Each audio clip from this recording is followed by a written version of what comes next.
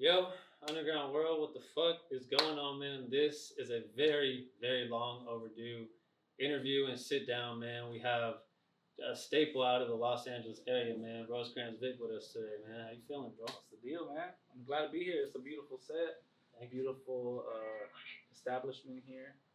Um, yeah, man. Just proud to see like all the growth that you've had since we first met.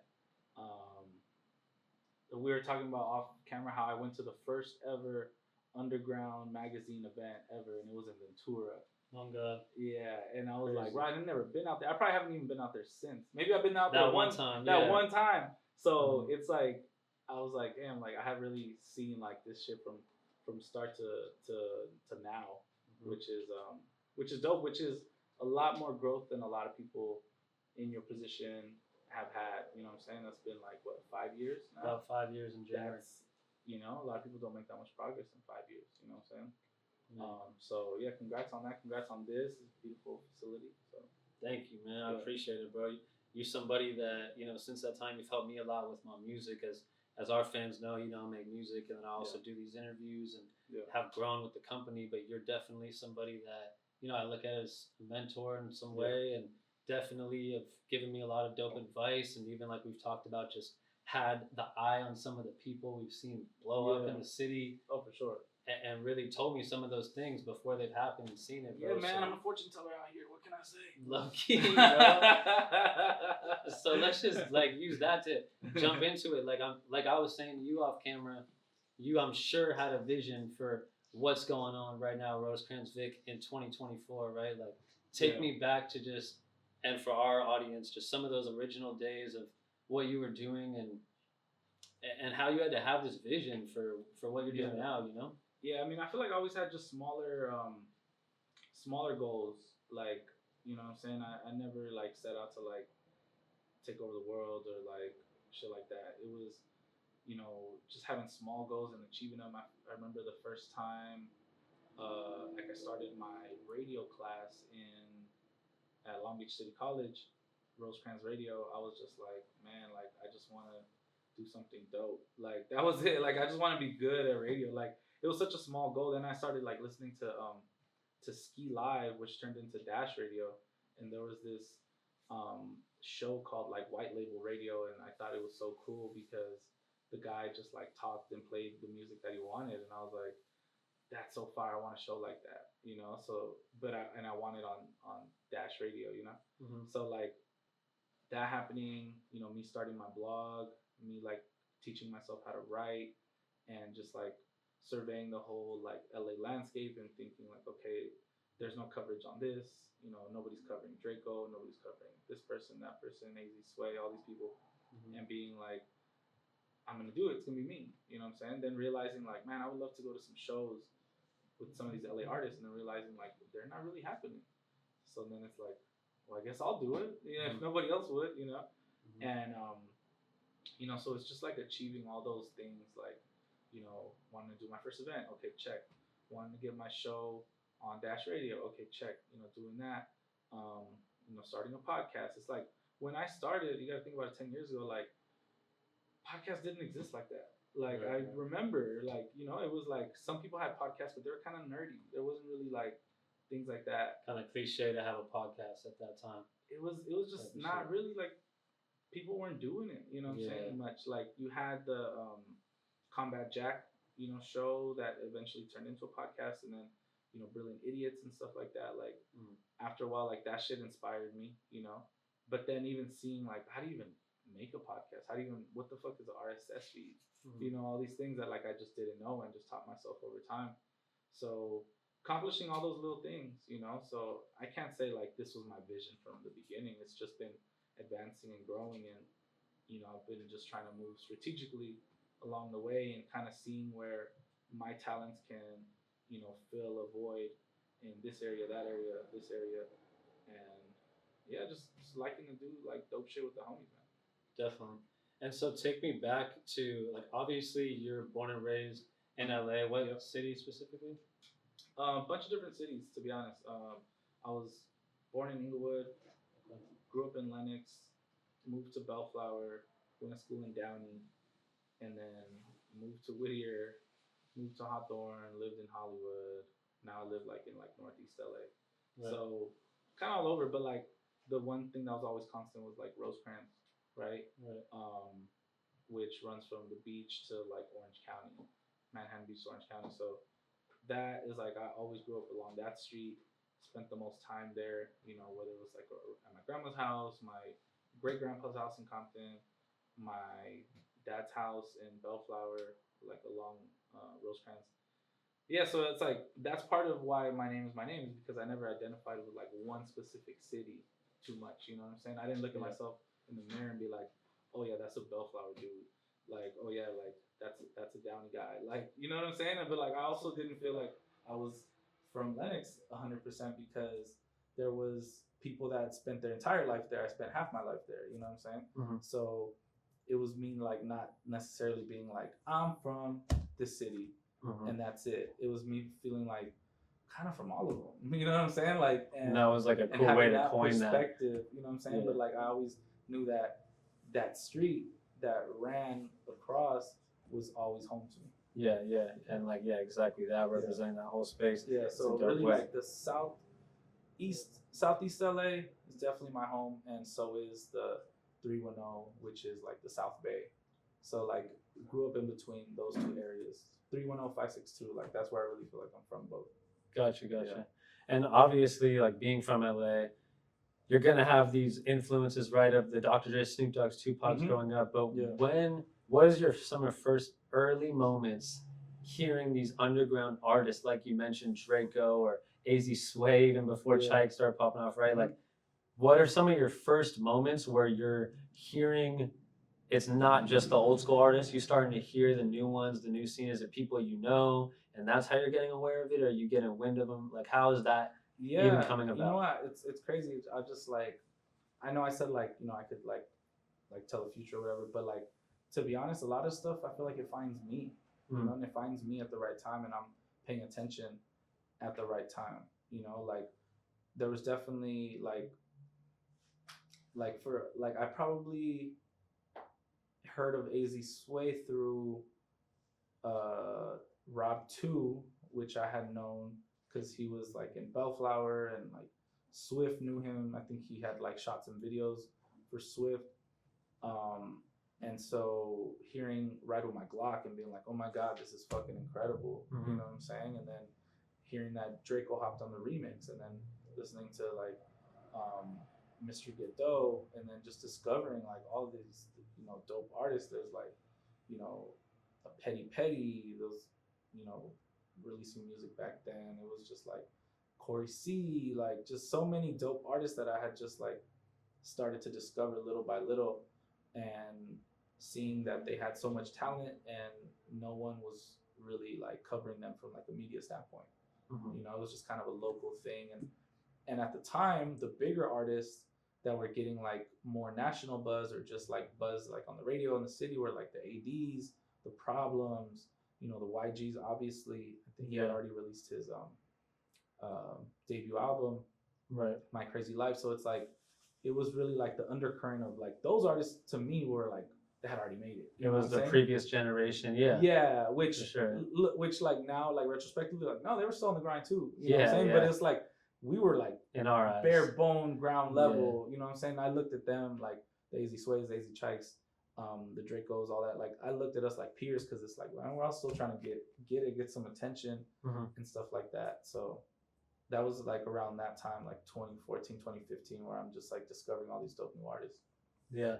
And it's crazy now, again, to just know part of your story, for example, about how you had Shoreline at the beginning of their career, interviewing them, seeing that through, right? And even hearing your story about how it was like the best and worst thing that happened to you, said before, right? Like, you know, with Shoreline. So, funny thing about Shoreline is like, I remember I went to a bar with the homies from New London. Ramp actually wasn't there. He got too high or something. He had made an edible. That was the one night he didn't go out with us, but like the homie Relly on Smash was there, Craigie was there, Swift was there, and we're just trying to go to like a local bar, which I ended up living like a block away from later in the future, but that's a whole different story.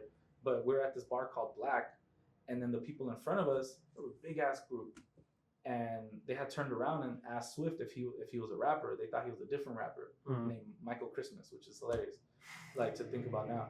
But like they were like, "Oh, are you Michael Christmas?" And then he was like, "No, I'm Big Swift."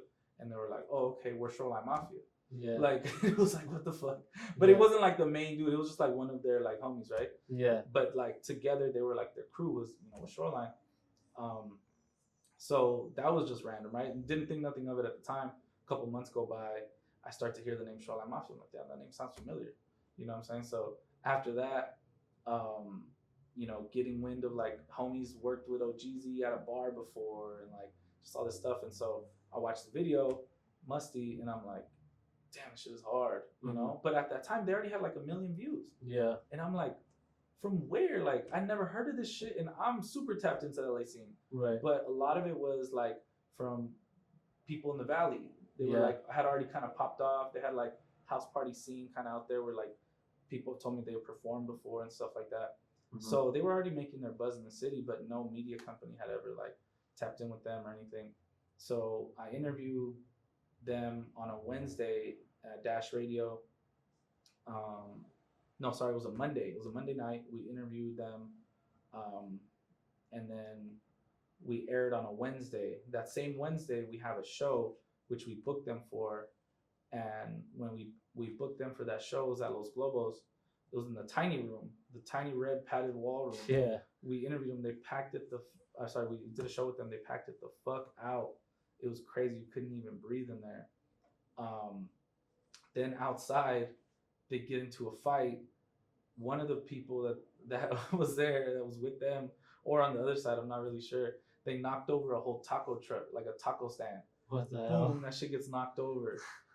That shit makes the news in Spanish. What? It goes on Univision, like street vendor, like whole, like, her cart was trashed and like those, and then you see a video and you just see like people, not necessarily like the front members of Shoreline, but like just their whole crew had gotten a fight, and it was news all over Spanish, bro. Like when you see my grandma's watching that shit, I'm like, that's my show, but I don't want to tell her because like she's gonna think I'm in danger, you know. Of course, yeah. And I'm like, damn, that's crazy. Like one of my shows made it to Univision, like, you know what I'm saying? And then like I'm just like, that's crazy. Shoreline made the news, and then that following Monday they end up on Fox 11 News. And with the whole syrup and all that shit. Cough syrup, we smoking juice for life, bitch. Like, and that's shit. What they sampled. That was all in a week span. Damn. And then it's crazy. Cypress, shout out to Cypress, he was my DJ for the show. Right. And then Marcos was my filmer. Outcast Marcos, shout out to him. And so they go on tour. They don't know anybody from the industry. They don't have any media people. TK and Picasso are managing them, but they're still building their like management, team at the time. So Marcos ends up making a logo for them. He also tells them he has, he can shoot video recaps and stuff. He's showing them the stuff that he's done with me. Cypress is like, I'm a DJ. And so they get booked for tour and they go. Yeah. And then now I don't have anybody on my show. Right. You know what I'm saying? And then that's when like I actually bring in Irene because I need help. Okay. And then, that kind of like starts that chapter. But, Marcos and Cypress were gone from the show after that. Like, not completely, but it was just a lot more busy. They're on the road, they're touring and stuff like that. So it's just funny how, shit worked. Like they were able to expand, and in the grander scheme of things, it was great. In the media time, like you took my whole like staff. Yeah. You know what I'm saying? Oh God, that's funny though. It's just like a funny it's part of hip hop history in LA and upcoming LA hip hop world. So that's really dope. So just to kind of run with that, because I know, again, like I told you, we could talk forever, man, for real. I know you really want to, highlight this album, and I'm excited as hell to hear that you have a new album. Yeah. Your first album was fire, bro. I was on that back in the day. Yeah, Ride On Rosecrans. We did that in 2019, and that was, I want to say it was a lot of fun making it, but that shit was miserable, dog. Like, that shit, like, being an artist, as you know, is no joke. When you're putting that artist hat on and you're like, okay, I'm going to make an album. Especially, like, the pressure we had back then because, Empire signed me to an artist deal, and it's like, I never put out any music. I'm not a rapper. I don't, do that shit. But they were like, we want you to put out an album. Here's a marketing budget. Sign this paper. You know what I'm saying? I'm like, damn. Now you have to. Once you sign the paper, now you have to turn it in 60 days. And I'm like, where the fuck do I start? You know what I'm saying? And it's like, and so that shit was like, I spent the whole summer because we signed it in like, I don't know if it was like June, early June or something like that. We signed the contract. So the whole entire, I didn't realize what I was doing. Like that, like my whole summer was about to be gone. You know what I'm saying? Right. But we get in the studio the whole summer. It's fucking hot. We have sessions all the time. And it was tough, but in the end, I was pretty happy with the product. And it was just a dope learning experience, you know what I'm saying? Just how to deliver an album, put together music videos, just like the whole nine, executing a vision for the project and finishing it, the album cover, artwork, trailer, all that stuff. Like it was dope, you know what I'm saying? Even like getting like the album covered by Billboard and stuff, like as a debut was like a big deal to me, something that was a dream of mine. So definitely. It was fun, you know what I'm saying? But I knew I'm like, I want to do something else when I'm inspired, you know what I'm saying? So like fast forward to 2023, and I had been like thinking about it since the beginning of the year, but I knew like I was working with a lot of artists. I had just started the radio. I was like, now's not the time. It's just too much going on. I want to like dedicate time and focus and energy to it. And I came up with the concept. I hit up my boy Ramp, who's an A&R, and I was like, bro, I got this idea, and immediately he got it. He's like, I'm on it. Because really, the album is just like about my life, what I'm saying, inspired by real moments and like the shit that me and Ramp and Craigie do all the time, you know what I'm saying, on Melrose, like in Swift, like, in my crib, like I was living on Willoughby and like off of Melrose, and it's like, bro, that whole 3 years from 2020 to 2023 was just like madness, you you live like in the middle of the bullshit. Highlight Room is a fucking $5 Uber, right? You know what I'm saying? Apartment 200 is a $7 Uber. Like it's just like, it's like all these things are just so accessible, and also it's like in the middle of the pandemic, as I moved in there, so it's like I seen it go from like just the underground parties to like, okay, things are open back up, and then just relationship things I've gone through, musical connections I've made, just real life, you know what I'm saying? Just like wanting to express that and capture this moment in time and put it on a project. Yeah, even just hearing that intro at first, it's just like, it's funny to hear, but it's also just crazy because it's like you're going through all this shit in your own personal life, but then we're seeing you in the light that we see you too, right? And even just to think about that first album, it's like, I mean, you had Shoreline on that first album still, but that was at that time, and then now, I don't know who you want to say is on or on this album. We got OGs on there. Shout out to OGZ. Super banger that he gave us, which I'm really excited for the people to hear.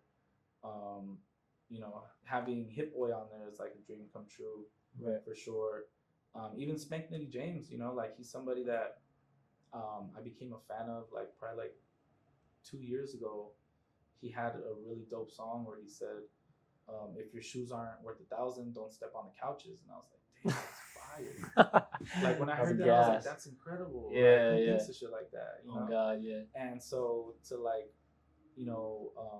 admire his music and everything from afar, and then now like for him to be like on the lead single on my album is dope. Shout out to Hit Boy, big hit. Yeah, Hit Boy, big hit. Is one of my favorite people to watch on the internet in general, and even be in person with. Like, bro is a trip. Like, I know, and he's genuine. He's everything. Like, if you ever think he was like joking, I've never heard Big Hit say one joke. No, but he's one of the funniest serious, exactly. people, period. Yeah, and has the best time, has the best energy. You know what I'm saying? 100%. Even meeting Hit Girl Lena. Like, I didn't realize that she was at like a couple of sessions that I had pulled up to, but she was just on the couch. Like, we didn't really introduce each other. Then for Hit to be like, oh, it's my sister, and be like, oh shit, yeah, what? You guys look alike. I know, that shit's crazy. And then for them to play me her music, and I'm like, yeah, are you fucking kidding me, bro? I was in the studio with Ramp, and Hit Boy's playing us some shit, and like, you gotta understand, like, Ramp does not like anything. And Ramp is listening to this shit, and he's making an extra hard like I don't fuck with it face. Yeah. He's trying, but he can't contain himself.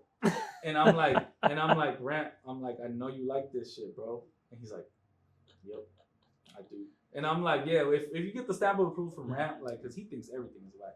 So he was like, yeah, this shit's hard. I'm like, yeah, this shit is crazy. Like, she's so talented and has so much ahead of her, you know, being, what, 18 years old?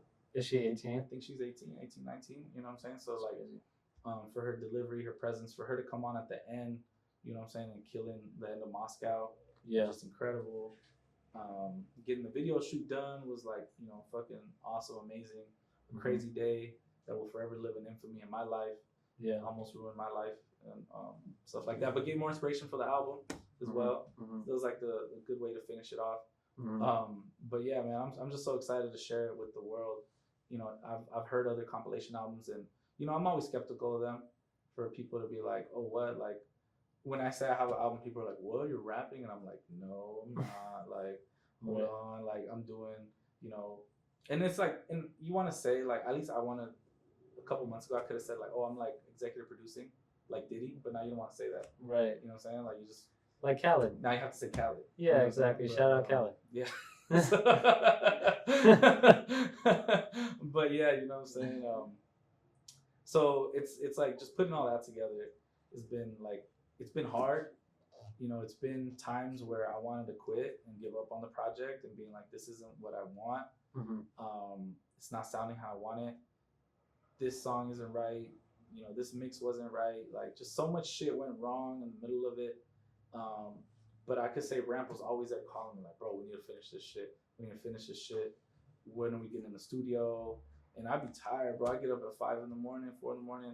Right. And, you know, I don't want to talk to people some days because I'm just like burnt out. Right. Ramp will be like, bro, we got to get this shit done. Like, has so-and-so sent the vocals? Did you get the song yet? And I'm just like, all right, yeah, let me do that. And to be honest, like in the process of this, like I've been like let down by a bunch of people and pissed off. And that just made the album so much better. Speak on that. What you mean? Like, I mean, it's like some people that have been like homies of mine that you would expect them to show up for me like at a time like this. Like, yo, I need this beat, I need this song or whatever. And them doing like some industry shit and then being like, damn, bro, not you. So how do you handle that though?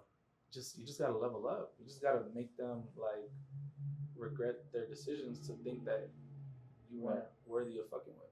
You know what I'm saying? And like a lot of that like frustration is like it fueled the album, you know, and it made it so much better. And it's like now I want to thank those people. Right. You know, I won't give them, you know, the name like recognition, but like thank you for making the album harder. You know, you don't know who you are. You're not on the album anymore. But you know what I'm saying? It's like that shit really like got me heated, you know. And it's like I would have conversations with Ramp and be like, bro, like they got me hot. Like that's it. We need to put it into overdrive. Like they got me fucked up. You know what I'm saying? And seeing like how those negative situations just flipped into positive. Because what the fuck would I gain from like crashing out online and being like, oh, so and so's a bitch, or like, exactly, you know what I'm saying? It's like just make you look off, like type shit. You know what I'm saying? It just makes you like seem like emotional or reactive, and it's like, or could harness all that negative energy into positive and get the shit like, man, you know what? Thank you, because this shit is way better than it would have been if we would have gone that route in that direction, you know. And then just like I have a thing for like proving people wrong, so because I've always been like the underdog, like, and doubted, you know what I'm saying? Nobody ever wanted a Mexican kid to fucking like be like such a prominent voice in LA hip hop, like that didn't exist, you know what I'm saying? Like prior to me, and now it's more normalized, you know, and I love it. I love to see, you know, different media companies and people pop up, but it's like, bro, people didn't take me serious. Like at the beginning, they're just like, who the fuck is this Mexican dude? Like, but then it's like you meet me and it's like I'm genuine and I don't want to do nothing but like fuel everything that's going on around me, you know, push it to the top and get LA to a place where it's like, man, why are we not getting named when people are saying like, oh, this city has a dope scene, this city has a dope scene, or why does, you know, different parts of the country just always have a leg up in media no matter what they do? It's like their artists can be 30% as dope as one of ours, but they get 100% more media coverage. Right. That shit makes me mad. You know what I'm saying? It's like that shit always piss me off, and I'm like, so and so is way better than so and so, but like this platform is hyping this person the fuck up like they're the second coming of Biggie or something, and it's like, bro, I don't fuck with that, like, cause it's just inaccurate. You know what I'm saying? So, yeah, that's how I've always dealt with things, like just being denied, just being like, well, I'm gonna just be undeniable then, like fuck, you know, or like also feeling like you don't want to fuck with me, okay, that's fine, but I'm gonna make it so hard, so I'm gonna be in so many places at once that you really can't do anything in LA without interacting with me or somebody that's on my team. You know what I'm saying? And that's happened so many times. You know, like it still happens to this day. Yeah. And that just is what it is. And I never do it from a petty place, but it's just like, okay, I might do it from a petty place, but like I don't do anything to like derail any person's career or anything. But it's just like, you thought I wasn't worthy of this or that, but look now. It's more for you. Asking for an interview because now you want to be on Power 106, and it's like, sorry, bro. Right. You know what I'm saying? Sweetie's coming in.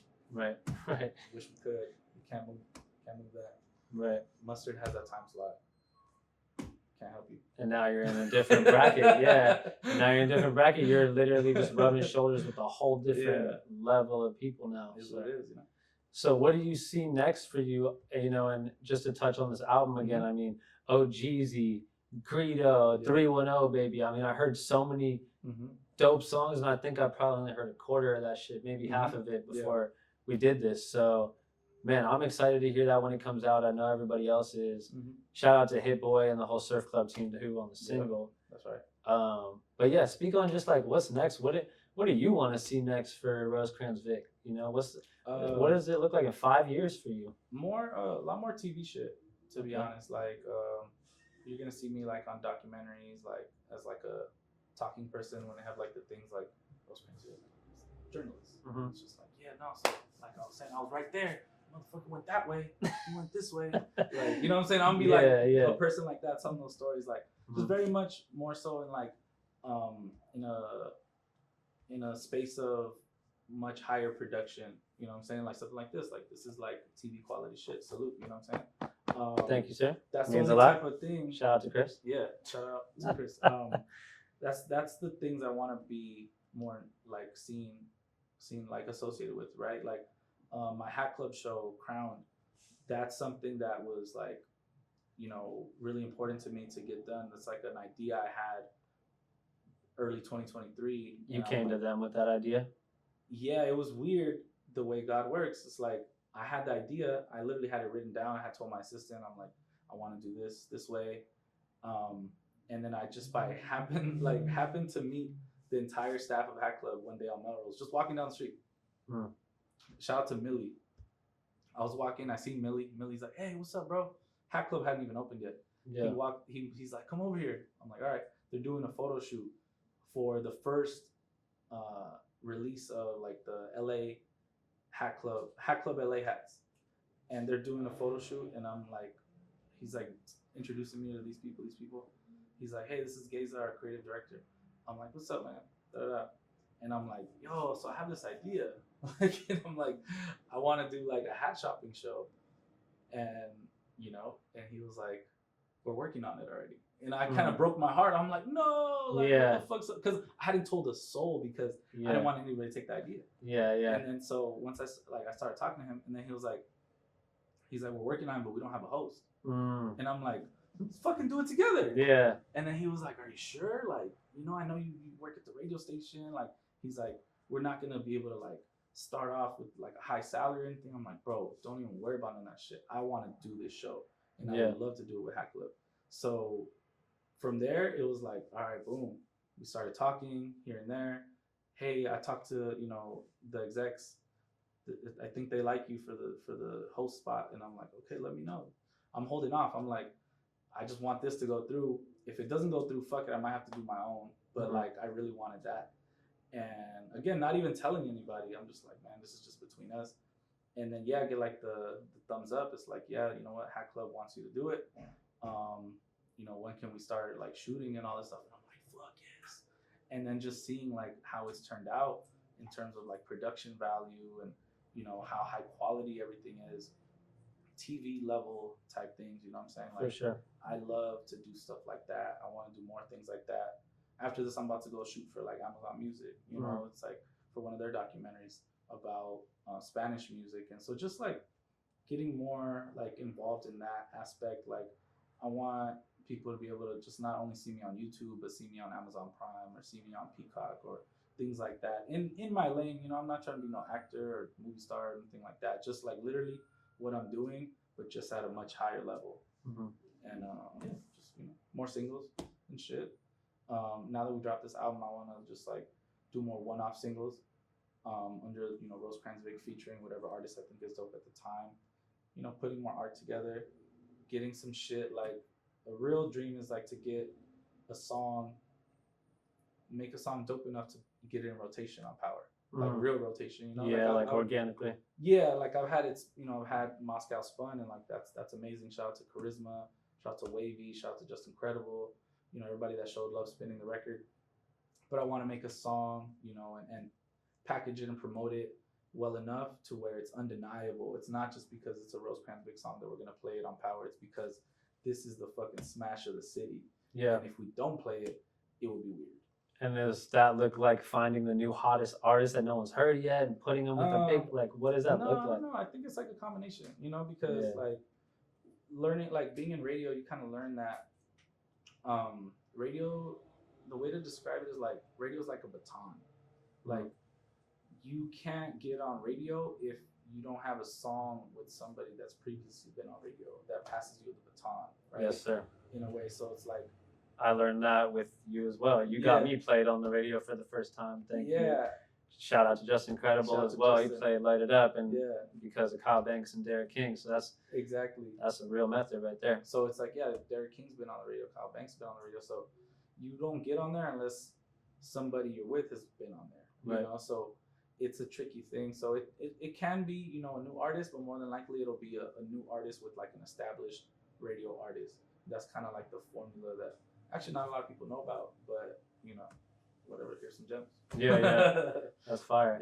And is this like some record label shit we're getting from you? Like, are you developing a record label? I know you obviously manage Swift. Like, what does the big picture of all this really look like? Not really. This is gonna sound very like selfish, but I just want to focus on me, man. Like, you know, I mean, there's two artists I want to focus on as well. That's Big Swift and Craigie F.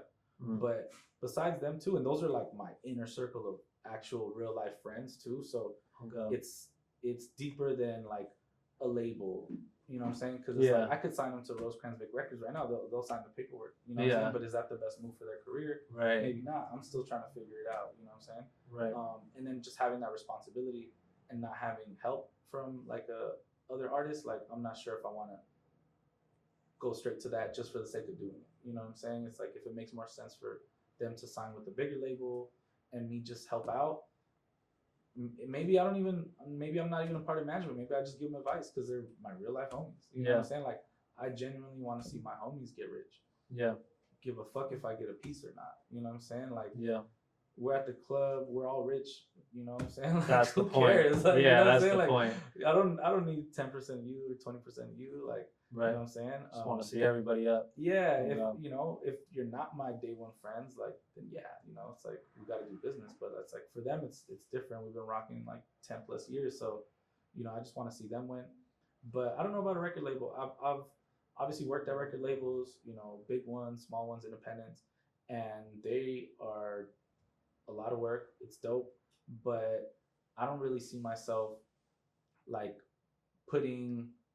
Again, it's gonna sound selfish, self-centered, but like putting myself or my career at a backseat for other artists, you know what I'm saying? Because it just doesn't make sense. You know what I'm saying? When I can get 100% of me, whatever I do, or I could get 20% of an artist that may or may not listen to me. You know what I'm saying? Like, and that's best case scenario, and that's if they're popping with, and the money that they're generating, 20% of that is enough to do anything that's more than 100% mine. Right. You know what I'm saying? It's just simple math kind of, right? Like, so as much as I've had fun doing that, and I'm always going to be early and discover artists, but doesn't mean I have to like sign them or anything. I could just have a song with them and leave it there. You know what I'm saying? And not have any type of long-term commitment. It's like, man, you're dope. Let's get in the studio. Okay, cool. Let's get this song together. All right, boom. That's kind of the vibes these days. You know what I'm saying? Like, go wherever, do whatever you do after that. Like, I don't care. I don't need a piece of anybody's, bread or pie or anything like that. Yeah. Last question I'll ask you, and then we'll wrap this up, is something that I take big from you here, and something that I heard Zaytoven say to me actually in our interview, is just really not forcing things, right? You talk about you're walking down the street, meeting these guys from Hat Club organically, but you're writing these things down to you. Just tell the people a bit about like how you've gone about getting to this point in your life, and like when you're out and seeing these people in person, how you're going about things, right? And like not forcing things, but building relationships and, you know? Yeah, don't be thirsty, and have like the confidence within yourself that you are you're a person of value, and eventually just keep doing things. People are going to notice. Other people of value are going to notice. You know what I'm saying? That's all it really is. Like, I've never been the thirsty guy. Maybe at times it's worked to my disadvantage, but I feel like overall, I can't complain with where I'm at all. And I did it my way. There's other people that'll just come up to you like, please give me something, talk to me, give me an interview, or like give me a song, or just like press that issue. But I'm just like, man, what's the rush? Like, I'm gonna be here my whole life. Right. I have that confidence of like, I'm not going no fucking way. You know what I'm saying? So it's like, if you don't fuck with me now, you can maybe fuck with me later. Maybe if you don't, maybe I won't even need you when that time comes. You know what I'm saying? So it's like having that self-confidence within you that's like, man, I'm gonna be here for years. And even past that, it's like having that like coach / GM / executive mentality, to where it's like the players are gonna play for a couple years, right? But the executives, they don't have an expiration date. The NBA coaches, they don't have an expiration date. So it's like certain artists or whatever, they can, try to play you or whatever, but it's like, bro, I'm gonna be here 40 years. Right. I'm gonna be everywhere you try to go. I hope you're here in 40 years, but who has a 40-year career besides Snoop? Right. You know what I'm saying? It's like you gotta like, again, it's simple math, and people try to make it more complicated than it is. But just remember that, like, have that confidence within yourself. Like, man, I'm not going nowhere because I'm gonna just keep working. I'm gonna stay outside the longest. I'm gonna work the hardest.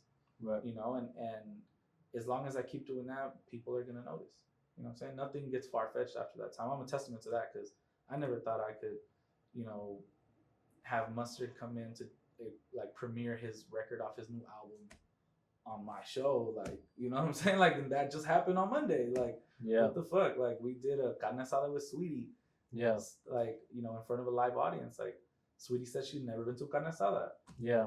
What the fuck? Like, these are things that, like, they seemed like a fantasy. Like, bro, that would never fucking happen. When I was doing radio out of a small studio in Long Beach City College, that used to be a broom closet that they converted into like a small studio. Like, you know what I'm saying? All that shit like seems so far-fetched, but now it's pretty normal. You know what I'm saying? And other things that I even think now are gonna, kind of far-fetched, it's just gonna become normal because I'm putting that work in every single day, and nobody can say I'm not, because you can see it. It's clear. You know what I'm saying? So yeah, just have that confidence of like, man, I'm gonna be here forever. So you don't fuck with me today, maybe tomorrow, maybe the next day, but I know I'm not going nowhere. Definitely. You know what I'm saying? Yeah, man. I'll leave it at this, man. I think a lot of people probably know, like you said earlier, they might know you for one thing, maybe now as just media personality, but they might not even know you have managed artists, released albums in the past, putting out music, all these things. I think one of my favorite parts of watching your journey has been, you starting Brown Bag and finding that niche so well, and especially obviously you being Hispanic and shit, and finding that, like, being so tapped in with the hip hop world, but then really dialing into that and having them coincide so well, and then not only having a successful podcast, but now you're at radio, and both are happening at the same time, with the management, with the live show, which me and Andrew just went to for the first time. sold out the Novo for what, the third time? This time we officially sold it out. Last time we were a couple tickets short, but yeah, we officially sold out the Novo this time. Fire. We've done the Wheel Turn. We've sold out El Rey. Sold out a couple of venues. Yeah, it's unbelievable, bro. It's crazy. Yeah, it's really unbelievable, and I've just been a fan watching, bro, and been excited to see all of it, and excited to see what's next for you, Shout bro. out the whole Brown Bag team. You know, Duno, Letty, Maximo, Angie, Greg C, Jose, everybody. You know, Brown Bag for sure changed my life, because as much as things I did in the LA hip hop space, after Brown Bag, I started getting recognized like on the street, going to fucking IHOP. Right. You know what I'm saying? It's like just doing normal ass shit and getting recognized. And like you said, to your point, it's like I had never really like leaned into my Latino culture, to be honest. Like I wasn't hiding it. It's like obviously I'm Mexican, but like I had never totally leaned into it. I was just doing journalist shit, you know, with my favorite artists, and not really thinking much about ethnicity at all, to be honest.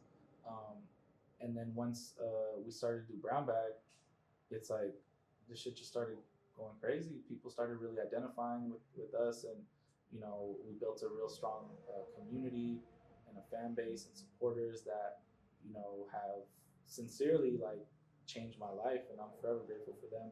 They listen to us every morning, or they listen to the podcast every Thursday. They support what I do. A lot of them, were telling me that they like the song. So it's like things are coming full circle. It's like not only are they watching the podcast, listen to the radio show, but now they're streaming your music, playing the music. You know what I'm saying? So it's like that's a blessing, because you would hope that the supporters would go across platforms and different things. Now they're diving into the brand of Rosecrans Vic, not just Brown Bag at that point. Exactly. You know what I'm saying? So just that, even buying the merch. Shout out to Sworn to Us. Man, I forgot about that. You've been going crazy with all the merch, custom pants, these hats. We did a collab with Pro Club as well. Shout out Brian over there. Yeah. Incredible, design on the flannels. We sold out of those.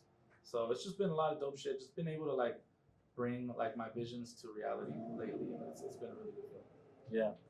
Amazing, man. Super excited. Like I said, just see what's next for you, bro. Yeah. And we're here for it, man. This is Povsky, Rosecrans Vic for issue 12, man. Issue 12. Crazy. Shout out to Little Vic, because I feel like sometimes he says, "You don't shout me out," and I love you, son. Shout out to like, son. "Did you shout me out?" And I'll be like, "Well, I mean, you didn't come up, but he's my inspiration for everything, so he knows that." But shout out to Little Vic. Shout out to Povsky, man. I'm looking forward to seeing just more growth and shit. And yeah, man. Whenever you interview Ice Spice, I'd like to attend. No reason. Hey, I'm gonna let you know, man. I'm gonna let you know when I need one too. We're manifesting it. Yeah. Oh God. Yeah. I just want to be in the pink room too. No, for sure, bro. Man, thanks so much for coming, bro. Yeah. Let's get it, man. Povsky, Rosecrans Vic, issue 12. We out.